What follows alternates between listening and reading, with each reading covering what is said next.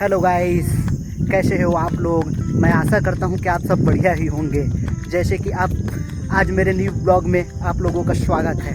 जैसे कि आप देख सकते हैं बरसात में हमारे गांव का तालाब का नज़ारा, जो कि बहुत ही सुंदर लग रहा है। साथ ही जैसे कि आप पहाड़ को भी देख सकते हैं, पीछे कितना सुंदर दिख रहा है।